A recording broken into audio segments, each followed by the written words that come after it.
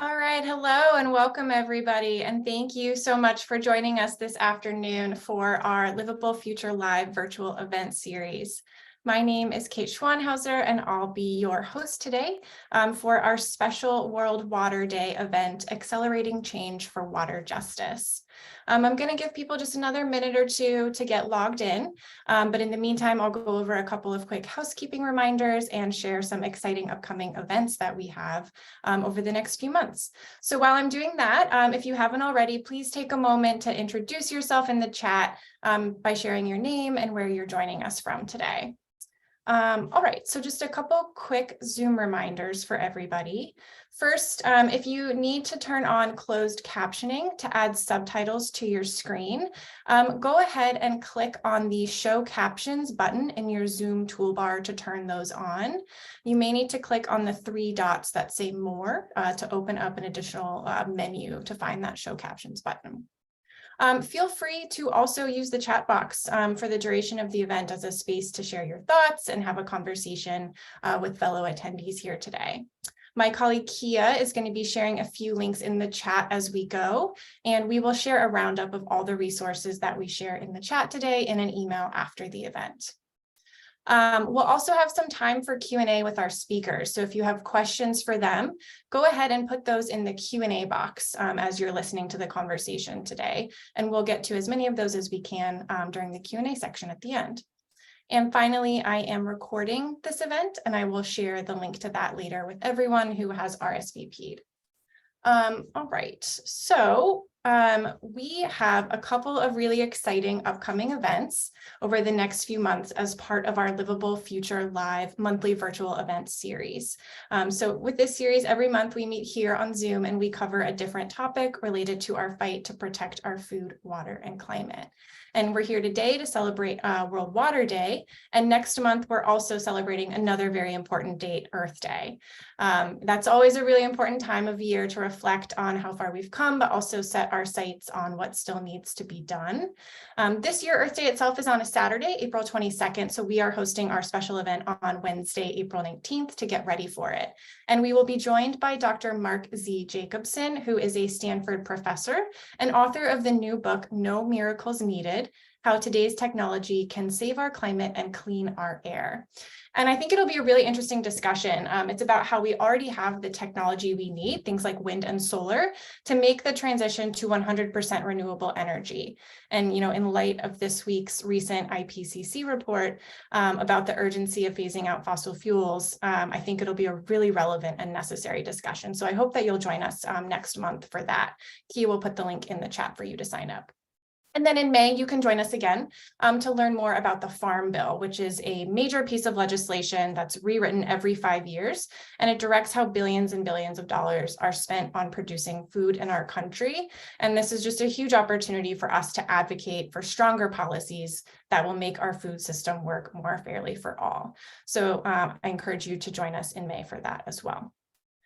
As I mentioned, we are here today for a very important reason. The United Nations has designated March 22nd as the annual World Water Day, a time to celebrate water and raise awareness of the over 2 billion people around the world who are living without access to water. And one of the reasons why, especially, here in the United States, that we see so many people lack access to clean water is because current policies give preference to corporations, not everyday people like you and I. And these corporations are misusing our water just to turn a profit. And that's why Food and Water Watch is fighting to stop the corporate abuse of water, whether it's the agricultural or fossil fuel industry diverting water resources from residents or polluting rivers and aquifers, or whether it's private companies trying to buy up public services and turn them into for-profit companies, forcing skyrocketing utility bills on ratepayers. Whatever form this corporate water abuse takes, we are fighting to stop it through our organizing and our legislative efforts. So over the course of the next hour, we're going to hear from 2 of our Food and Water Watch experts on these issues, as well as some community leaders about this work and where you can plug in. But before I turn things over to our first speaker, I want to share an important way that you can support our fight for water justice. So in honor of World Water Day, we launched a matching gift campaign that will fund our work to ensure everyone has access to clean water. The match actually launched this morning with a 3-to-1 match, but for the next 2 hours, that match is actually increased to $4 for every $1 donated. So whether you make a one-time gift or sign up to become a partner by making a monthly donation, your gift funds our fight for water justice, and you'll hear more about that fight from our speakers in just a few minutes. So if at any point today you want to make a gift during the event, you can text the word gift to the number 23321 or click on the link that Kia will put in the chat for you. All right, so let's go ahead and turn to our program. We are going to hear first from Mary Grant, who is Food and Water Watch's Public Water for All Director, and she's going to share some updates on how we're fighting to stop water privatization by taking on the companies that are threatening our utilities, and how we're also pushing for some landmark legislation at the federal level. Then we'll hear from Chirag Bhakta, our California director, about corporate water abuse on the West Coast and how we're pushing for policy change in California, a state that we know is in the midst of a severe water crisis. And then we'll come back together for a discussion and then take some time for audience questions. So with that, I'll have Mary join us on screen here, and I will turn things over to you. Thanks so much for being here today. Thank you, Kate, and thank you to everyone for joining us today to celebrate World Water Day. I'm going to talk about the national fight for water justice and provide an overview of the risks of corporate control of our water. So it is a simple truth. Water is a basic human right. This basic necessity of life, of all life on Earth, is under constant threat by corporate abuses, from PFAS polluters to factory farms to fracking. Big corporations are also targeting local water systems, trying to take control of these essential services to wring profit from household bills. The heart of the issue is about who controls our water, who makes the big decisions about where to extend water lines, what investments to prioritize and where, who gets lead pipes replaced, how do we charge for service, and so much more. It's about accountability and transparency in those decisions. With public control, you have access to the meetings where the decisions are being made and direct communication with those decision makers. You can email your mayor, the city council members, but with private control, you lose that access. The public is cut out of decisions. You can't go to a corporate boardroom. It's exempt from state transparency laws. You can't file a public information request to the CEO of American Water, Essential Utilities, or Veolia. The big corporate water players are very aggressive right now. They're targeting, in particular, cash-strapped and small communities. They're offering large sums of money to entice officials to sell their systems. But all of that money, plus investor returns, will be recovered through hikes in customer water bills. After privatization, water bills can skyrocket. Privately controlled water service is so much more expensive than local government provision. At Food and Water Watch, we compiled data from the 500 largest community water systems and found that on average, private water corporations charge 59% more. We worked with researchers from Cornell University and the University of Pittsburgh to analyze that database. And they found that not only were privately owned systems charging statistically higher rates, but they also found that private ownership was the single biggest factor driving higher water rates, even more than drought or aging infrastructure. And the key reason is corporate profit. Big water corporations earn a rate of return on their equity investment of about 10%, and they can pass that cost on to customers through higher rates.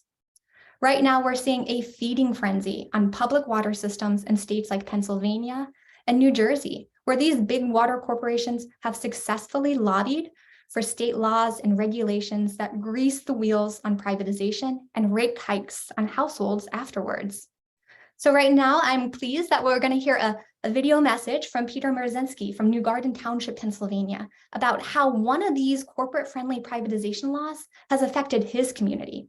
Peter is the co-founder of Keep Water Affordable and an incredibly knowledgeable expert on the impacts of privatization on residents.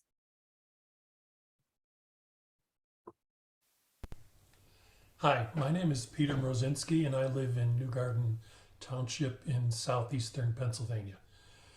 In our town, we like to call ourselves the guinea pigs of the pro-privatization legislation called Act 12, or the so-called fair market value legislation.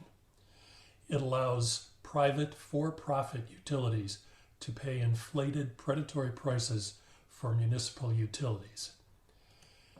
In our case, the township agreed to sell our sewer system to Aqua in 2016 for $29.5 million. What we witnessed during and after the sale is a warning to other communities. As part of the agreement, Aqua guaranteed a 2-year rate freeze and a 10-year cap on future increases. But before the sale closed, the township and Aqua agreed to remove both protections. The town still got the full $29.5 million. Aqua got a much sweeter deal, but it was us, the ratepayers, who were left to pay the bill. The typical customer received a 90% rate increase, so that they now pay over $1,600 a year for sewer service, with no improvements to service or infrastructure. After Aqua's rate increase was announced, 2 neighbors and I started working together to better understand the issues and keep our neighbors informed. Unfortunately, we were too late to stop our sewer sale, but we can still help other towns and protect our water. We're focused now on helping our water system, Chester Water Authority, fight off a hostile takeover attempt by Aqua, which would lead to a doubling in our drinking water rates. We started calling ourselves Keep Water Affordable. We've worked with other groups in the area, including NOPE, Neighbors Opposed to Privatization Efforts, and Save Chester Water Authority, as well as Food and Water Watch. We're watching what is happening in our state capitol and meet with state legislators to push for repeal of Act 12 and passage of legislation that protects ratepayers like us. We also work to educate others about the ongoing predatory practices of Big Water through op-eds in major newspapers and by testifying at public meetings in other townships that have been targeted. We strongly believe local control of our water and wastewater assets is critical for safety and affordability. But the trend in Pennsylvania is toward privatization and monopoly. Change is needed, and Harrisburg, our state capital, is where change must start. But it will take people speaking out both at the local level and at the state level. Thank you for partnering with us to stop privatization. Thank you, Peter. It is because of dedicated activists, advocates, and engaged community members like Peter that hundreds of communities have won and defeated privatization efforts nationally. That is despite the millions of dollars that these companies have spent lobbying and trying to sway public officials. Just last year, we joined Keep Water Affordable, NOPE, Neighbors Opposed to Privatization Efforts, and many other groups to stop what would have been the largest sewer privatization in U.S. history in Bucks County, Pennsylvania. Our team in New Jersey also worked with residents and community groups to defeat a private equity takeover of the public sewer system in Pleasantville, New Jersey. And now I'm excited to announce another key part of this vision about how we can support local communities and stop corporate control of our water. Just today, Representative Bonnie Watsman-Coleman, Representative Ro Khanna, and Senator Bernie Sanders reintroduced the Water Act. That's the Water Affordability, Transparency, Equity, and Reliability Act of 2023. It is a comprehensive solution to our nation's water infrastructure woes that will help turn the tide against water privatization for good. The Water Act will provide $35 billion a year, what EPA says we need to spend on drinking water and wastewater improvements. It will dedicate at least half of funds prioritized as grants to disadvantaged communities, help remove toxics like lead pipes and PFAS, improve school infrastructure, support rural households with wells and septic systems, and provide technical assistance to struggling communities. And in doing so, it will create up to 1 million good jobs across our economy. Importantly, the Water Act will also counter corporate control of water by providing resources so communities can improve their water systems on their own, removing corporate subsidies and supporting community-led efforts to exit privatization deals and buy their water and sewer systems back from corporations. So now I'm honored to share a video message from our incredible new lead sponsor, the Honorable Representative Bonnie Watson-Coleman. Hello, this is Congresswoman Bonnie Watson-Coleman. Due to a combination of climate change, outdated infrastructure, and disinvestment in underserved communities, millions of Americans risk losing access to safe drinking water. This isn't just a Flint, Michigan issue or a Jackson, Mississippi issue. It's a national issue. Clean water is the most basic need for human life. So the federal government ought to make sure that every single American has access to it. I am reintroducing the Water Act because if Congress keeps refusing to act, the American water crisis will only get worse. The Water Act is a comprehensive package that would clean up our drinking water, revitalize our water infrastructure, and ensure that low-income communities never, ever have to worry about their water getting shut off. With these investments, we can create jobs and build an America where access to safe, clean water is a human right. Thank you, Representative Watson-Coleman, for your leadership on this issue. Everyone, you can take action right now to urge your members of Congress to support the Water Act by filling out the petition in the chat box. Together, we can put people before corporate profit to protect our water as a human right for all. Thank you so much, Mary, for that overview of our fight at the national level to stop corporate water control, and very exciting news about the reintroduction of the Water Act. You know, as Mary said, this is landmark legislation that would overhaul our water system for the better. So please do take a moment to fill out that petition that we just added to the chat, and I will also make sure you get that over email afterward as well. All right, so let's keep moving right along and turn to our next segment where we're going to zoom in a little bit to the state level and talk specifically about California.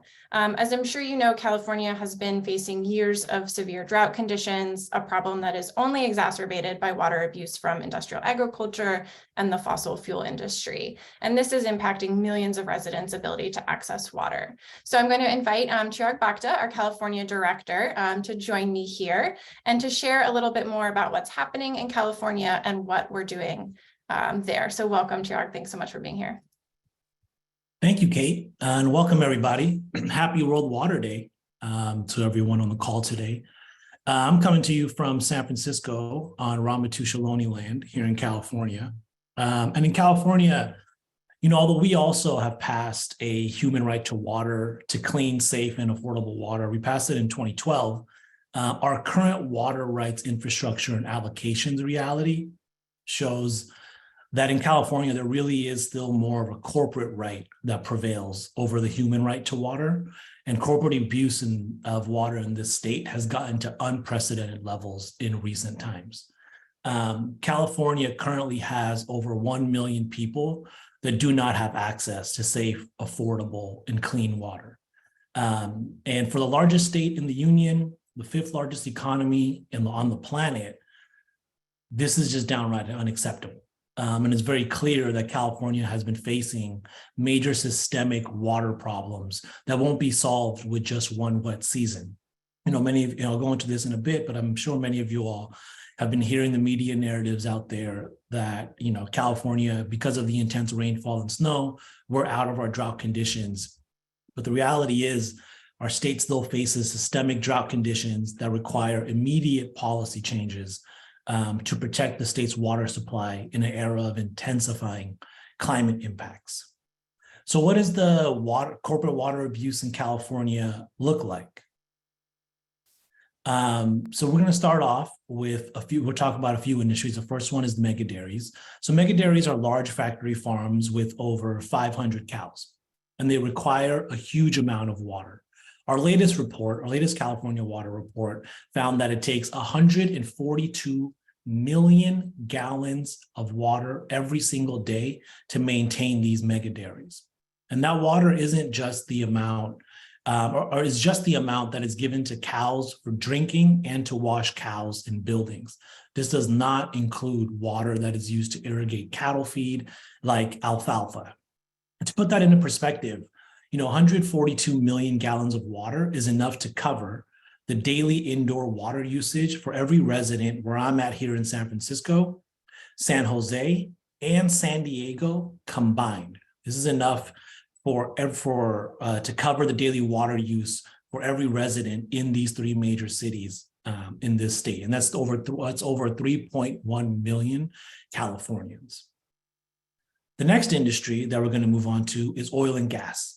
Now, fracking and extreme oil extraction use about 1 billion gallons of water each year.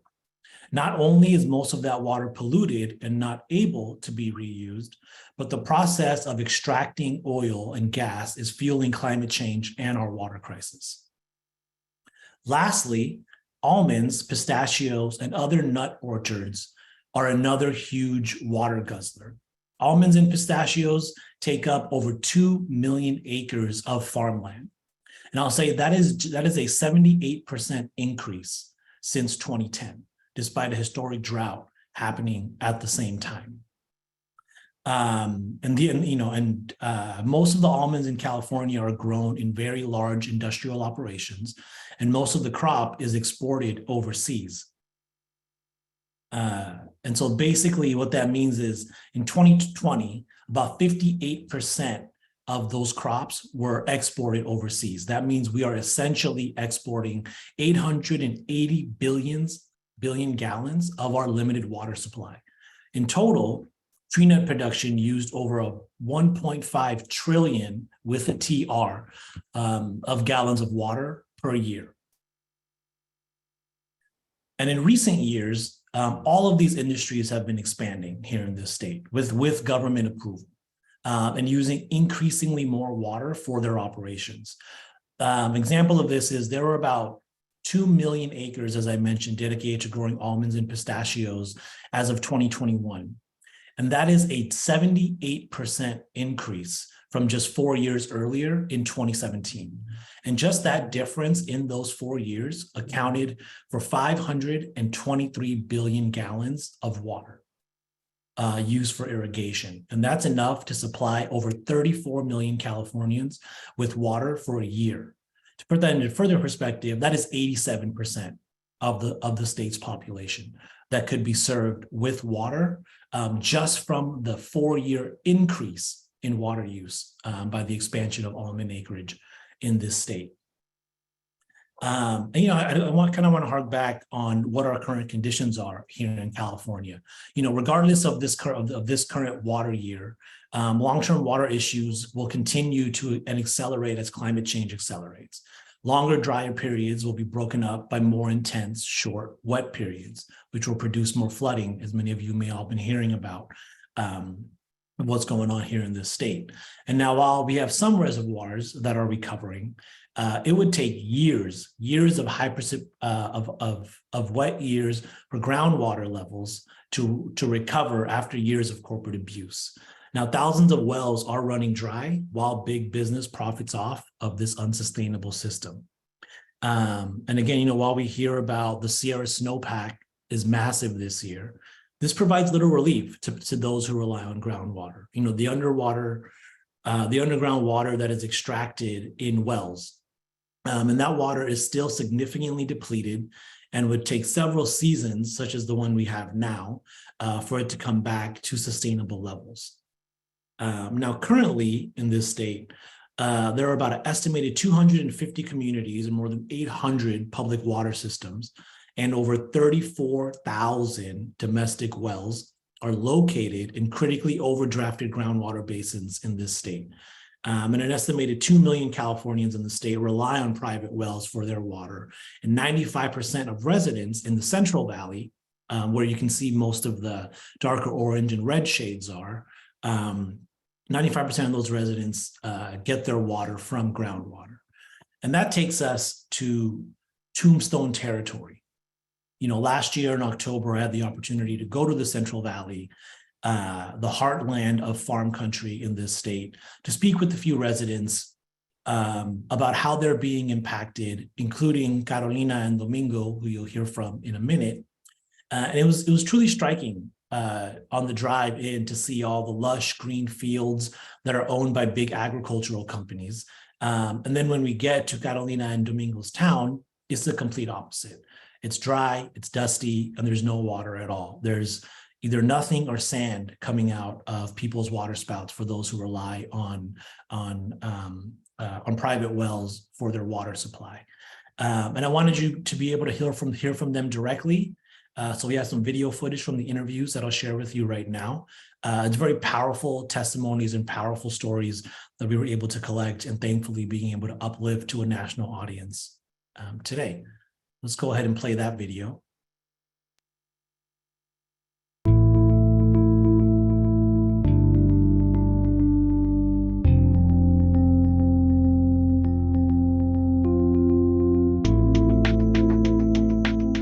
Como dónde buscar ayuda, no sabía qué hacer y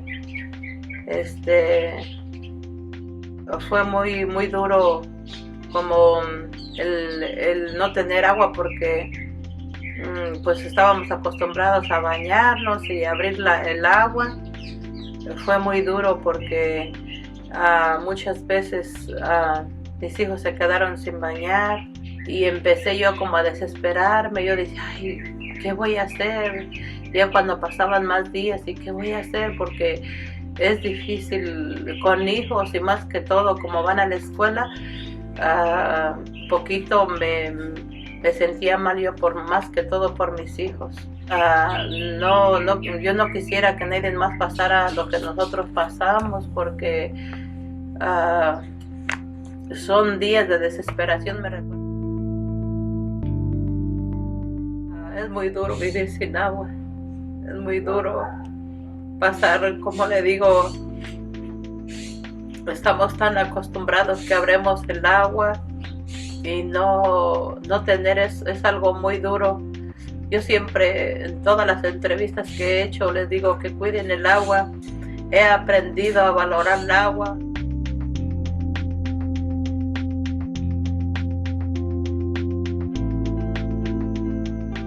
That's the dilemma we have right now. The companies that I talked to, they said they cannot go in the same hole the well is right now. They have to dig a new one. And that one is going to be over $35,000 to get it. And you know, in this neighborhood, nobody had $35,000 to pay to drill it.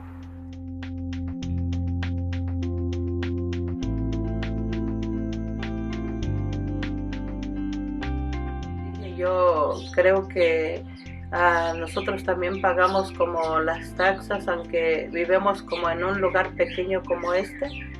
Creo que tenemos el derecho a que nos escuche también, ¿verdad?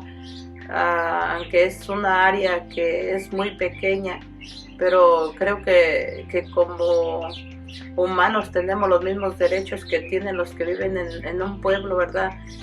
Creo que no es... quiero que se toquen el corazón para que nos den el valor que nos merecemos todos como humanos, ¿verdad? Y creo que, pues como de los rancheros, creo que hay una solución de que ellos hicieran de que no se rieguen con tanta agua, porque por causa de ellos nuestros pozos se están secando, porque los pozos de nosotros son más pequeños y no tenemos nosotros como el dinero para pagar para un pozo más grande. Governor Newsom, I would say this, that he has to look at people that they're not as celebrated as other people, especially the farmers, because we here in this community, we need water.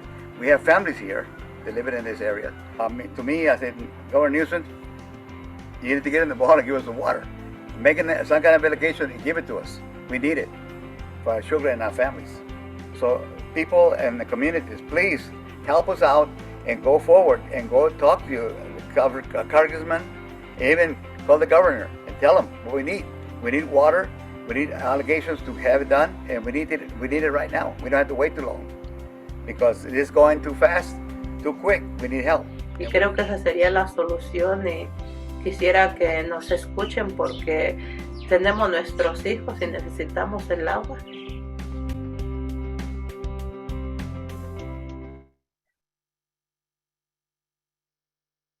As you can hear from Carolina and Domingo, these stories are very impactful. They touch our hearts, and they really speak to the consequences and the reality of our failed water policy in this state.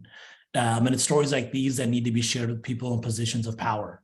The policies they're making that allocate water rights have a real impact on people's lives, have a real impact on families, and have a real impact on the children that are being affected.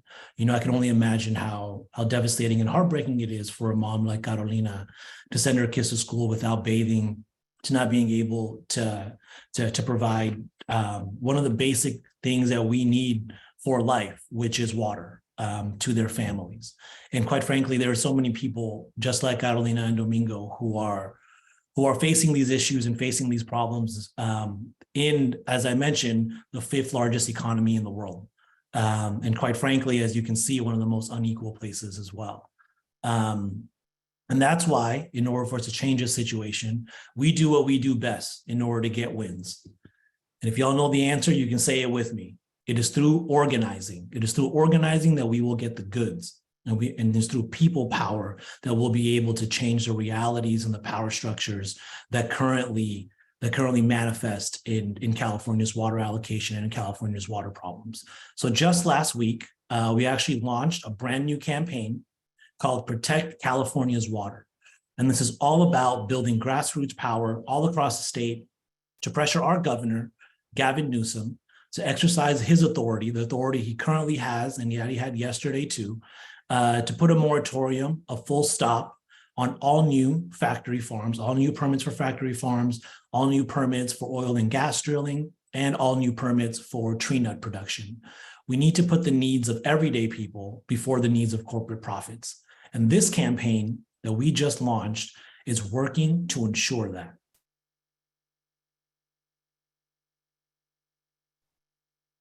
Thank you so much, Chirag, for sharing a little bit more about what is happening in California and for sharing those powerful stories from Carolina and Domingo. I'll have both of you rejoin us here on screen so we can dive in a little bit more and have more of a discussion about some of the issues that you've both brought up for us today. I have a couple of questions for you myself, and then we'll turn to audience questions. So if you are watching and you have any questions for Mary or Chirag, please go ahead and put those in the Q&A box, and we'll get to those in just a couple minutes. All right, so to start off, like the main crux of the problem is it seems like increasingly, we are seeing water being treated as a commodity, something that can be used for profit rather than as a public resource or a public service that everyone should have access to. And I know you both touched on this a little bit, but I'm wondering if you can just expand on that a little bit more and how we are working to change that narrative and change how we think about our water. And start us off. So we're seeing not only privatization of our water utilities, but we're also seeing the commodification of our water itself.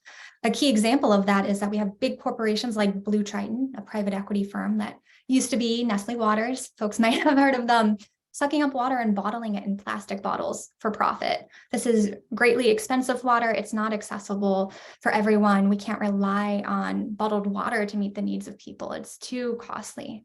But it can also endanger and deplete local water supplies while using more than 80 million barrels of oil to produce 4 billion pounds of plastic. So this is a colossal environmental waste. We also have private equity firms, hedge funds, other private financial interests gambling on water rights out west. If you're on the East Coast, you have riparian rights. It's managed a little differently. Out west, they have water rights, and it's treated like a ownership right or a right to use water out west.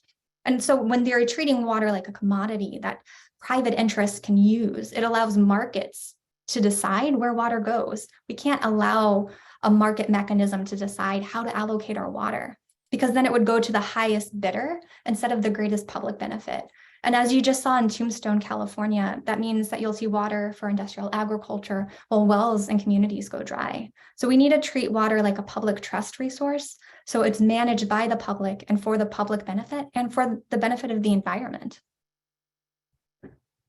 And if I could just add to that, definitely want to double down on the water as a public resource piece and as a solution for these problems. I can only imagine what the water infrastructure would look like in California if we led with the value of water being a public resource as opposed to being a private commodity. And the water rights structure here in California and who gets preference, it's quite outdated. It's over 100 years old. And the water infrastructure that we have does not reflect the current realities of where we have our water and how much water we actually have in California, nor does it reflect the needs of the people of this state. And as you saw from the video from Tombstone, there are millions of people in this state that need access to clean water. One example I'd like to share, it's a bit of an outrageous example of this problem in California, is actually in 2016, Saudi Arabia, the country of Saudi Arabia, banned the growing of livestock feed, including alfalfa, because it used too much water. It used too much water for them to grow it on their lands. So what they did was a Saudi company called Fondamonte Farms bought 15,000 acres of California farmland that came with water rights to grow alfalfa here and ship it back to Saudi Arabia to feed their cattle. I think that example is probably one of the most egregious ones that we have in the state of how you can just come in as a corporation and buy water rights and then supersede the needs of Californians for the needs of your private operation somewhere else. And the Saudi Arabian example is just one that is probably the most egregious and one that I think surprises a lot of people. So just like with almonds, similarly, these corporations are exporting California's water and shipping it around the globe. And that's why we and that's why we launched this campaign, to change the narrative on California's water to one that, it's the drought plays a major impact. What we hear is that there's a drought and people need to conserve. When in reality, what we actually need to do first is stop this corporate abuse of our water systems in the state and actually put people above profit. Great, thank you. I also just wanted to ask, Chirag, we at Food and Water Watch, we work on these issues at the local, state, and national level. And today you're talking specifically about California and our campaign for water to protect water in California. And I know we have a lot of Californians on this call today, but we also have folks from all over the country. So I wondered if you could just share, for people who do live outside the state, what does this fight mean for them? How will this impact, our water nationally? Yeah, definitely. It might not be no surprise to anyone here from California, but, due to us being the largest state and the largest economy in the country, the way California moves and hopefully progresses when it comes to water and climate policy has a tremendous effect and impact on how other states and how generally the country is going to move forward on these issues. I think it's really important for us to understand that if we can move California in the right direction with progressive policies towards water and climate, and we can prove that it works here, we move the narrative on climate, we move the narrative on water, and also beyond that, we also move the markets as well, right? When California shifts what's going to happen with its resources and puts money towards the right solutions, other markets in the surrounding area in the country also move because they have to.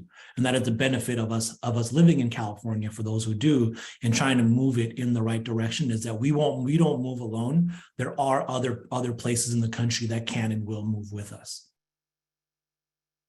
And I'll just add that California is also part of the Colorado River Compact, and lessons from California can be used for all Western states to help protect our most endangered river, the Colorado River. The Colorado River is in crisis, and not enough people are talking about the abuses of industrial agriculture and the fossil fuel industry. We simply cannot address the crisis without tackling corporate waste. 80% of the river's water is put towards agriculture, and 80% of this supply is used for crops like alfalfa, which is largely used as feedstock for cattle.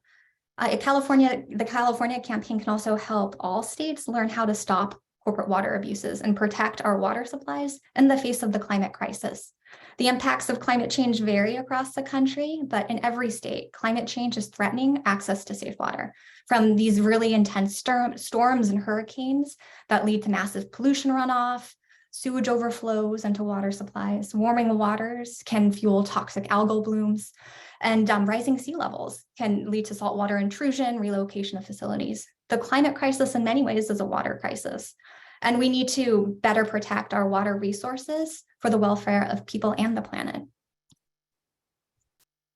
Thank you. And yeah, Mary, you brought up an interesting point there that I want to dive into a little bit more about, the pollution aspect of this too. We've been talking so far about how massive amounts of water are wasted by factory farms or mega dairies or from fossil fuel extraction, water that should be prioritized for communities. But on the flip side, these industries are also major polluters of the waterways. So they're using up too much water and then they're polluting what's left over. So I'm wondering if you could talk a little bit more about that side of the story as well.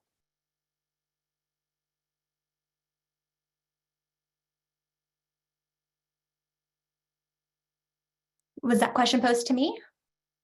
To you or to Chirag? I know that like the industrial agriculture piece in California. I can go. That's, yeah. Yeah.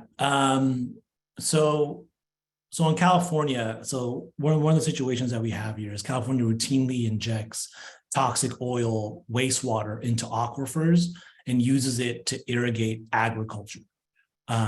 So, in this state today, we're using wastewater to grow things like tangerines. And those little cuties that you find in the supermarket, the little oranges. And over the past few years, oil companies were given exemptions to allow the discarding of wastewater into groundwater as well. And as mentioned before, there are many communities in California that rely on groundwater for their use.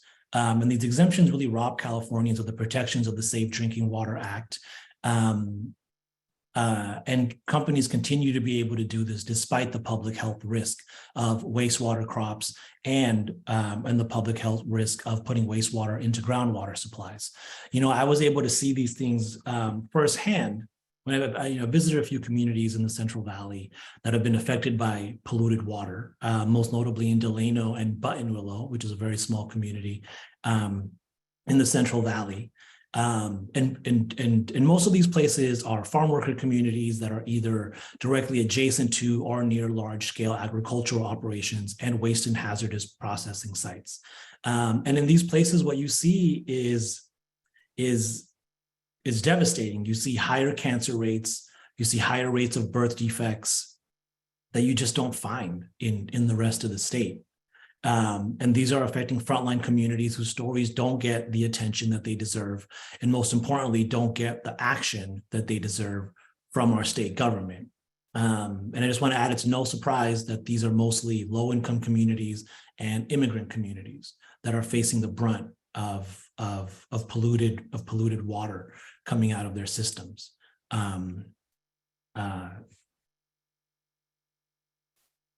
Great, thank you. Yeah, and I also wanted to just ask, Mary, what will going back to the Water Act, what will that do to help communities who are impacted by polluted or contaminated water? And I'm also going to add in a question from Kathy from the audience.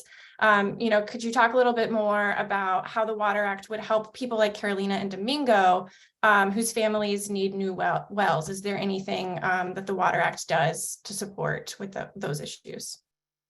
Yeah, and that's a great question, Kathy. So the Water Act will help communities in crisis. It will help them clean up contaminated water supplies while they seek to hold polluters accountable. So it will provide funding for water improvements to update not only community treatment systems in cities, large and small, but it will also provide funding for rural households with individual wells or shared wells to both test and install filtration systems, or to connect to a community water system nearby when their wells go dry. So it'll provide funding for those individuals to dig deeper wells, connect to other, or to connect to a nearby water system.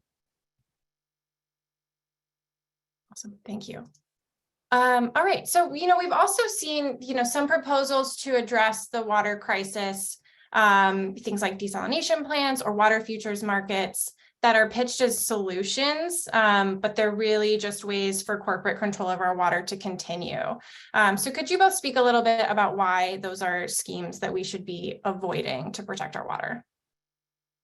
Yeah, definitely would love to speak about desalination here in this state. You know, as you kind of see as local, state, and federal policymakers in this country, you know, they increasingly fear water shortages. What we're seeing are private companies are marketing many industry benefiting ideas like desalination as a solution to the water crisis, when in fact it's only a solution for their profits. You know, desalination, for those who may not know, what they do is they offer to take salt and other minerals out of seawater to be used for public consumption. What they fail to mention is that the toxic chemicals, marine life damage, carbon emissions, and other social environmental impacts that come along with this process. On the one hand, ocean desalination is very, very expensive. Most communities in California and quite frankly across the United States can't afford desalted seawater. And this will lead to further price hikes. And you know, usually when utility and water rates go up, the impact on that disproportionately affects the poor and low income and working class communities of this country. These are the same people who are usually on the front lines as well, who are most likely to live near the desalination plants and experience the noise and pollution from this technology. And then additionally, desal also threatens fisheries and marine environments as well. And so not only would this create social and economic problems that are going to exacerbate the current ones that already exist, there are also many ecological problems that would exist and come up with false solutions like desalination being brought up. California also piloted the world's first water futures market. So as we often talk about false solutions for climate change, desalination is one of those false solutions for water crisis. And these water markets are also false solutions for our water crisis. In December 2020, the Chicago Mercantile Exchange launched the world's first water futures market, the NASDAQ Valley's California Water Index Futures, which allows investors to bet on the future price of water rights trades in California. So this means basically you have financial speculators who can make money gambling on drought in California and trying to profit from water shortages. Fortunately, the market hasn't really taken off. We petitioned regulators, the Commodity Futures Trading Commission, to remove it from the market altogether. And last year, we worked with Senator Warren and Representative Khanna to introduce legislation that would ban water futures trading altogether. Our concern is that if the market really does take off, it will impact water prices in California even more, harming small farmers in particular. I also saw a question in the chat about the Midwest. Another of these false solutions that we're seeing out there, there's every so often we hear like a news story about another like pipe dream of piping or trucking water from the Great Lakes out west. So again, these are like false solutions. Water is so heavy, there's no way to take Great Lakes water. It would be bad to take it out of the watershed anyway. Even if you ignore the environmental harm of removing water from the watershed, it's not financially feasible or practical to take water from the Great Lakes out west. But this is an idea that every now and then another investor has a pipe dream and will propose it in the news about taking Great Lakes water. So again, these are false solutions. They're not going to work. And if they did actually happen, they would actually exacerbate our water crisis. Thank you. So yeah, I mean, it sounds like what it really comes down to is we know that we need to stop this corporate control over our water. And to do that, we need to put in place better policies that will treat our water like a common resource and prioritize water access for the public, so that we can make sure that people like Peter and Carolina and Domingo and so many others aren't left behind. Governor Newsom can do this in California and influence other states to follow suit. And we can do this at the federal level with the Water Act. So as we wrap up and then take a couple of audience questions before we get to the end of the hour here, could you both just reiterate the solutions that we're fighting for and how people here today can plug in? Sure. So our national solution is the Water Act. It's a comprehensive funding solution for water and wastewater crises across the country. Rural communities with household wells and septic systems, large cities from coast to coast and in the Midwest and everywhere in between. People can support the Water Act and Safe Water for All by signing our petition. It is so important for everyday people to contact your elected officials. They work for you and they need to hear from you. Through campaign donations, corporations may be able to buy a bigger microphone, but we know that when we add our voices together, we can break through that noise and hold our elected officials accountable to act for the good of the people and the planet. Yeah, and in here in California, as I mentioned, with our launch of our new campaign last week, we're fighting to pressure Governor Newsom to have a moratorium on all new oil and gas wells, all new factory farm production, and all new tree nut production. Our governor has touted himself as being a champion on climate. Our state likes to put out the values of climate and the environment externally. However, actions actually don't reflect where the people's rhetorics are.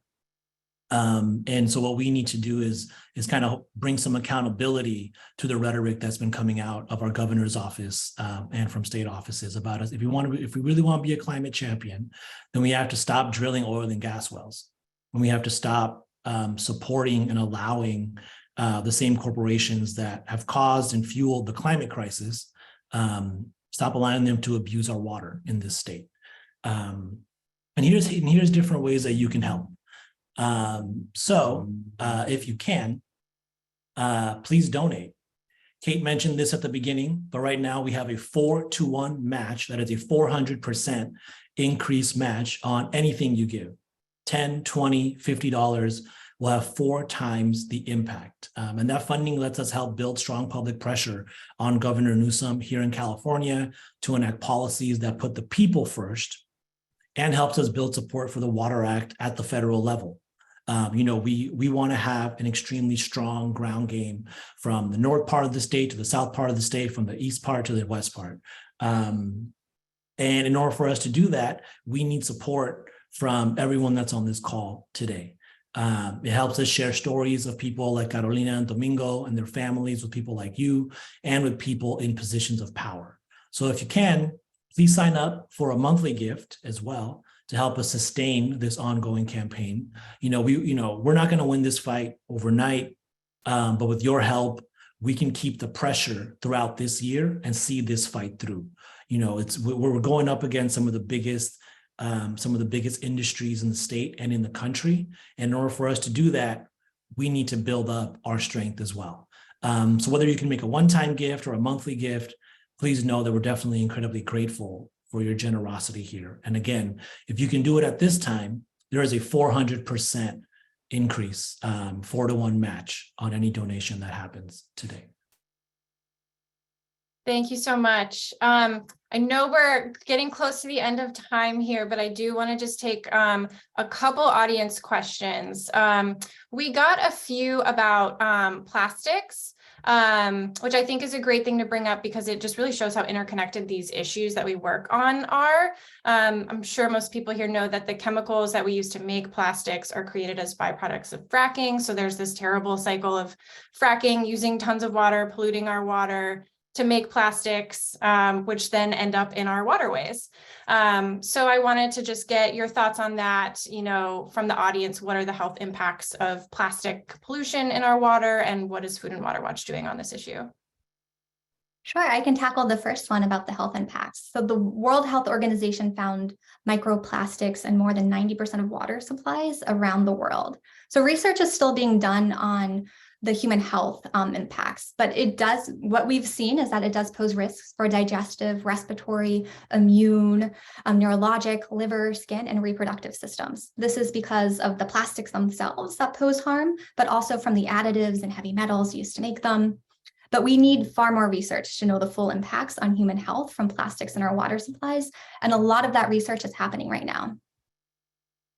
Great. And Mary, I have another one for you. You mentioned at the top about PFAS in our water. And so we got a follow-up question asking about the new regulations that the Environmental Protection Agency announced last week and what that means for our drinking water. Sure. So PFAS, those per and polyfluoroalkyl substances, these are lab-made toxic chemicals that have been used in everything from Teflon and nonstick pans to firefighting foam, food packaging. Saw a comment about it in toilet paper as well. You probably saw the news. These chemicals really don't break down in nature, so they're called forever chemicals. Some of you may have seen the great movie Dark Waters featuring Mark Ruffalo a few years ago. So more and more studies have shown the harm of PFAS on our health, from cancer to immune system harm and reproductive system harm. The science has become pretty clear that no amount of PFAS is safe, so a health-based goal is 0. Last week, after decades of organizing and advocacy led by directly impacted communities, the EPA finally announced the first enforceable limits on 6 types of PFAS in drinking water. The EPA proposed a maximum contaminant level. These are the enforceable levels for PFOA and PFOS of 4 parts per trillion each. They also proposed an MCL for a combination of 4 different types of PFAS, including Gen X, based on a hazard index. So this is a good first step and a huge victory for those frontline groups who have been fighting so long for these regulations. But we know so much more is needed. We need to ban all non-essential uses of PFAS to stop the pollution in the first place. We need to hold polluters accountable to pay to clean up the pollution of our water supplies. We need to pass the Water Act to provide support for communities and households with well to remove PFAS. And we need to regulate the entire class of PFAS chemicals. EPA has proposed regulations again for 6 out of thousands of chemicals in this class. So while we need to defend these regulations from being cut by the chemical industry, who's fighting them hard right now, we also need EPA to do more. So we have a petition to the EPA right now asking to protect these regulations and extend them to the entire class of PFAS. You can take action right now using the link in the chat box. Awesome. Thank you so much, Mary. All right, I know we have only a couple minutes left here, but maybe we'll take one more question and then we'll wrap up. This one's from Vivian. How can we stop private equity firms from taking over water at the state level? I know that we've done a lot of localized fights. For example, Peter and his community, you mentioned Bucks County, Pennsylvania. So just curious if there's anything at the state level. Sure. A couple of mechanisms we have been fighting for is the right to referendum, just giving the power to the people to decide the future of their water. And we're also fighting for state legislation, like Peter said, to strip away these pro-privatization laws that are already on the books. So like removing fair market value legislation, and then basically increasing water democracy, arming people with the power to make the decisions about their water and to say, no, we don't want private equity control of our water. Great, thank you so much. All right, I am going to go ahead and wrap us up here since we have just a couple minutes left, but I want to thank everybody so much for sending in all of your great questions. And please join me in the chat in thanking Chirag and Mary for joining us today. And we're also incredibly grateful to Peter, Carolina, and Domingo for sharing their stories with us and allowing us to share their experiences with you. And I do want to thank everybody who has so generously made a donation over the last hour. We really appreciate all your support. And with the match 4-to-1 for the next for this hour and the next hour, it'll just really go that much further. I also just want to remind you of our upcoming Livable Future live events. So I do hope that you'll join us again next month on Wednesday, April 19th in honor of Earth Day for our conversation with Mark Jacobson, author of the new book, No Miracles Needed, talking about the renewable energy solutions that will protect our climate and clean our air. Again, I think this will just be a really, really timely conversation, and he's got some great recommendations for the path forward. And then you can join us again in May for our discussion about the Fair Farm Bill for All, so that we can build a more equitable and resilient food system. We'll make sure the links for that are in the chat. And finally, I know we shared a couple of links to articles and research reports in the chat today. So just keep an eye on your email inbox tomorrow. I'll be sending out a roundup of all of the resources that we discussed today. I'll include a few others as well. I know there were some questions in the chat about additional things to read on.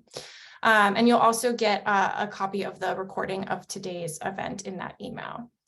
So thank you all again so much. We hope to see you next month, and thanks for joining us on this World Water Day.